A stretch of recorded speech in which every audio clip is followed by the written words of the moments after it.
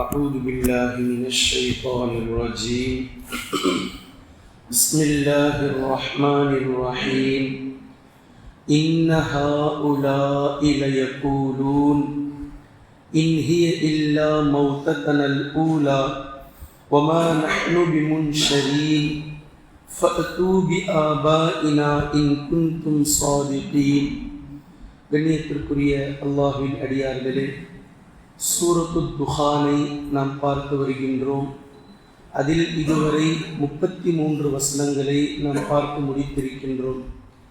அதில் 16 வசனத்தில் அல்லாஹு தாலா மூசா அலைஹிஸ்ஸலாம் அவர்கள் ஃபிரௌனிடம் இருந்து இஸ்ரவேல் மக்களை இரவோடு இரவாக விடுவித்து அழைத்து சென்றதும், அழைத்து செல்லக்கூடிய நேரத்தில் அவர்களுக்கு கடல் பிளந்ததும், அதே போன்று அதற்கடுத்தபடியாக ஃபிரௌனையும் ஃபிரௌனுடைய அந்த கூட்டத்தார்களையும் ஒரே இரவில் மூழ்கடித்ததினால் அவர்களிடம் இருந்த சொத்துக்களை, தோட்டம் துறவுகளை அல்லாஹு தாலா இஸ்ரவேல் மக்களுக்கே அதை சொந்தமாக்கிய சம்பவத்தை நாம் நேற்று வரை பார்த்தோம். இந்த சூறாவினுடைய முன்னுரை ஆரம்பத்திலேயே நான் ஒரு விஷயத்தை சொன்னேன். எந்த இடங்களிலும் பேசப்படாத யுனிக்கான ஒரு செய்தி இந்த இடத்தில் பேசப்படுகின்றது. அது வானம் இவர்களுக்காக அழவும் இல்லை, பூமி இவர்களுக்காக அழவும் இல்லை. குர்ஆன் முழுக்க இப்படி ஒரு வாக்கியம் எந்த இடத்திலும் பேசப்படவில்லை.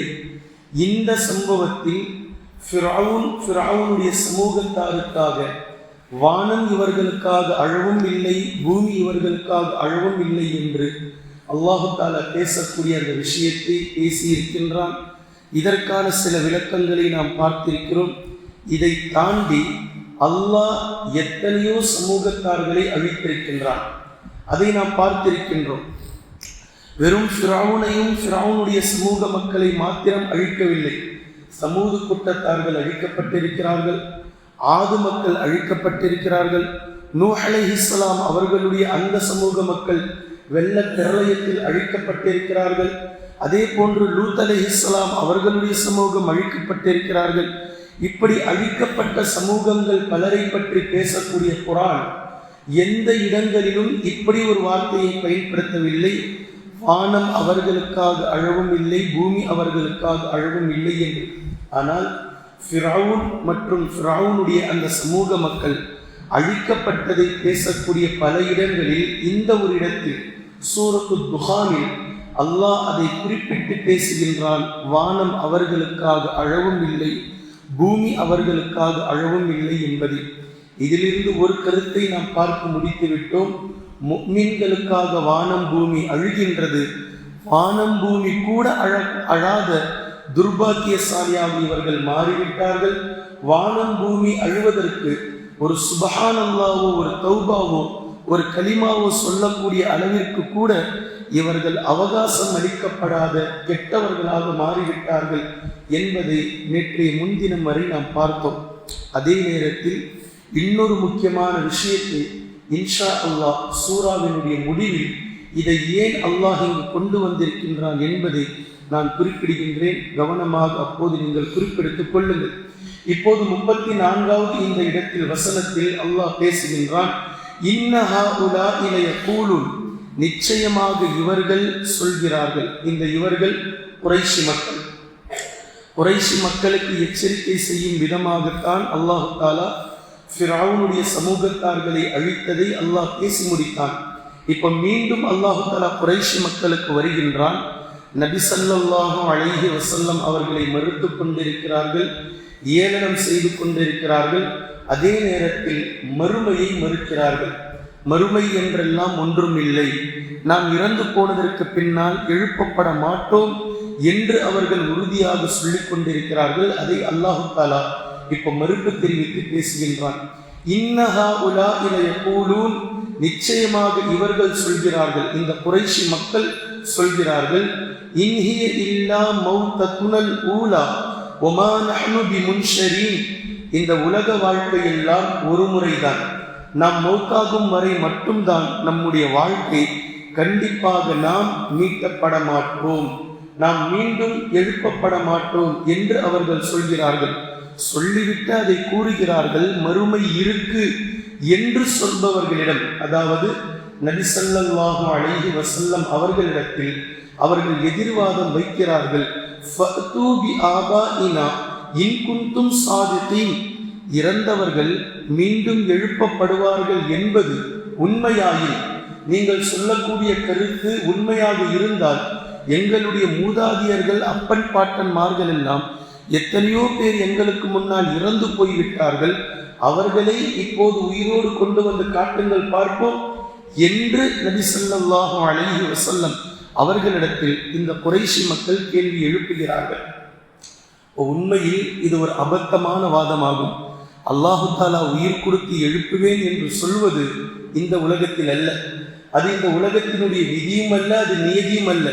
அல்லாஹ் சொல்வது உயிர் கொடுத்து எழுப்புவது என்பது மறுமை நாளில் தான் என்பதை கூட விளங்காமல் இந்த மக்கள் இப்போது கொண்டு வந்து காட்டுங்கள் பார்ப்போம் என்று அவர்கள் பேசுவது ஒரு கிறுக்குத்தனம் என்பதை நாம் புரிந்து கொள்ள வேண்டும்.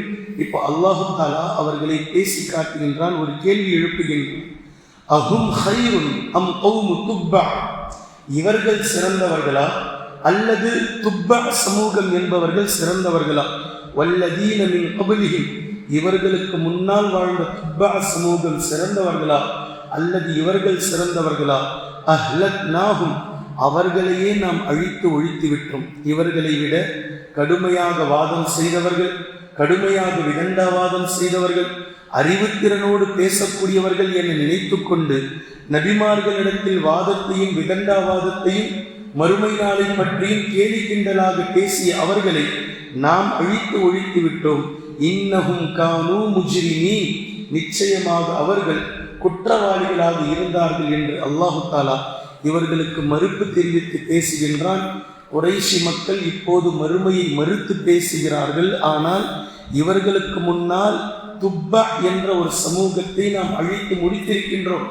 அவர்கள் செல்வத்திலும் அறிவிலும் செழிப்பாக வாழ்ந்த சமூகமாக இருந்தார்கள். ஆனால் அவர்களையே நாம் அழித்து முடித்து விட்டோம். இந்த குறைஷி மக்கள் எல்லாம் துப்பா சமூகத்திற்கு முன்னால் ஒன்றுமே இல்லாதவர்கள் என்பதை இவர்கள் நினைத்து பார்க்க வேண்டும் என்பதை அல்லாஹு தஆலா இங்கு கேள்வியாக எழுப்புகின்றான்.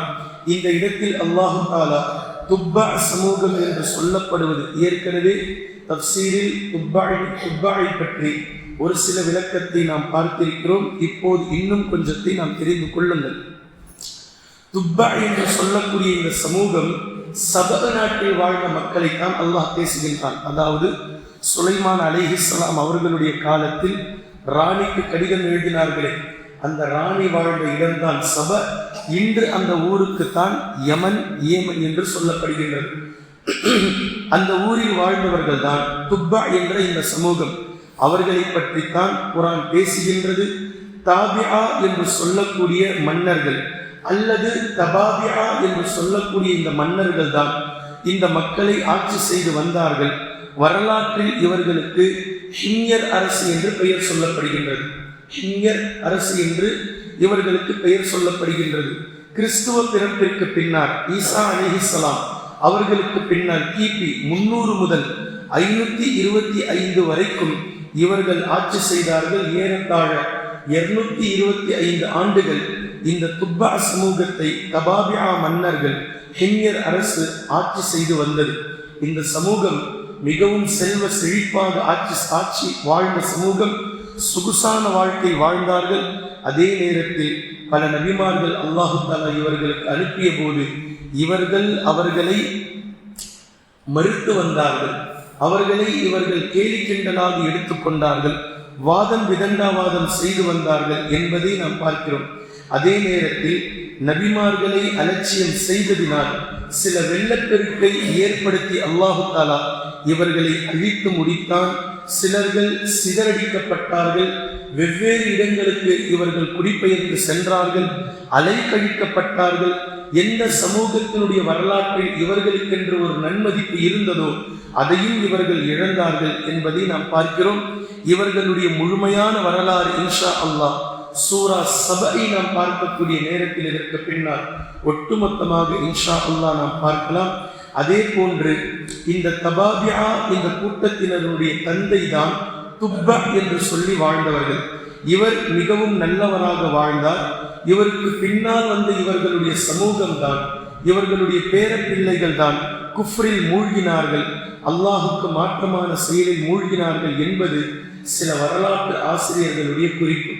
நபி ஸல்லல்லாஹு அலைஹி வஸல்லம் அவர்கள் கூறினார்கள், துப்பா என்பவரை நீங்கள் திட்ட வேண்டாம், அவர் ஒரு நல்ல மனிதராக வாழ்ந்தார், அவருடைய சமூகம்தான் தவறு செய்தது என்று நபி ஸல்லல்லாஹு அலைஹி வஸல்லம் அவர்கள் கூறிய ஹதீஸ் முஸ்னத் அஹ்மதிலும் தப்ரானியிலும் பதிவாக்கப்பட்டிருக்கிறது.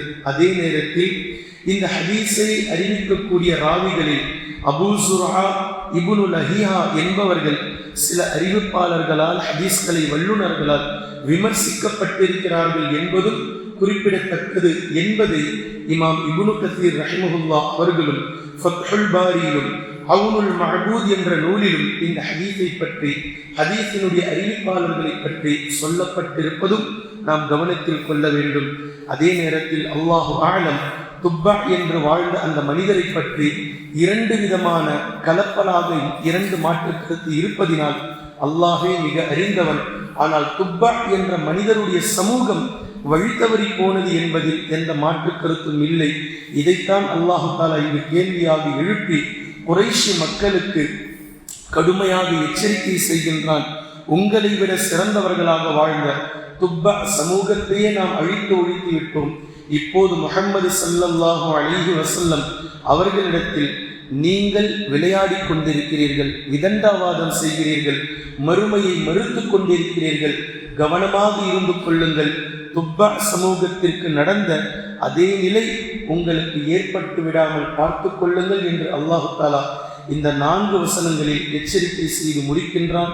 அடுத்தடுத்து அல்லாஹ் என்ன பேசுகின்றான் என்பதை இன்ஷா அல்லாஹ் தொடர்ந்து நாம் பார்க்கலாம்.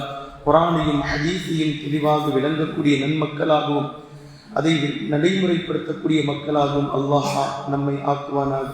சுப்ஹானக்கல்லாஹும்ம பிஹம்திக அஷ்ஹது அல்லா இலாஹ இல்லா அன்த அஸ்தக்ஃபிருக வ அத்தூபு இலைக்.